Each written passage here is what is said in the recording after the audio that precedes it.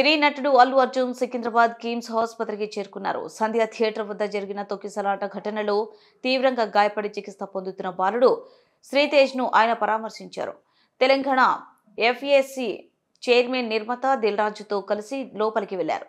సుమారు 20 నిమిషాల పాటు ఆసుపత్రిలో ఉన్న అల్లు అర్జున్ వైద్యులతో మాట్లాడి శ్రీతేజ్ ఆరోగ్య పరిస్థితి, చికిత్స వివరాలను అడిగి తెలుసుకున్నారు. బాలుడి తండ్రి భాస్కర్ తోనూ మాట్లాడారు. మరోవైపు ఆసుపత్రి వద్ద భారీగా బందోబస్తు ఏర్పాటు చేశారు. కేసు నమోదైన నేపథ్యంలో పరామర్శకు వెళ్లొద్దని లీగల్ టీం చెప్పడంతో శ్రీతేజ్ వద్దకు రాలేదని ఇటీవల అల్లు అర్జున్ నిర్వహించిన ప్రెస్ మీట్ లో తెలిపారు. తాజాగా పోలీసులకు సమాచారం ఇచ్చిన తర్వాత కిమ్స్ ఆసుపత్రికి వెళ్లి శ్రీతేజ్ ను పరామర్శించారు. గత నెల 4న పుష్ప 2 బెనిఫిట్ షో సందర్భంగా హైదరాబాద్ లోని సంధ్య థియేటర్ వద్ద తొక్కిసలాట జరిగింది. ఈ ఘటనలో దిల్షుక్ నగర్ కు చెందిన రేవతి చనిపోగా ఆమె కుమారుడు శ్రీతేజ్ తీవ్రంగా గాయపడ్డాడు. అనంతరం ఆ బాలుడిని కిమ్స్ కు తరలించి చికిత్స అందిస్తున్నారు. ఇప్పటికే రేవతి కుటుంబానికి అల్లు అర్జున్ తో పాటు చిత్ర నిర్మాణ సంస్థ మైత్రి మూవీ మేకర్స్ దర్శకుడు సుకుమార్ ఆర్థిక సాయం ప్రకటించారు.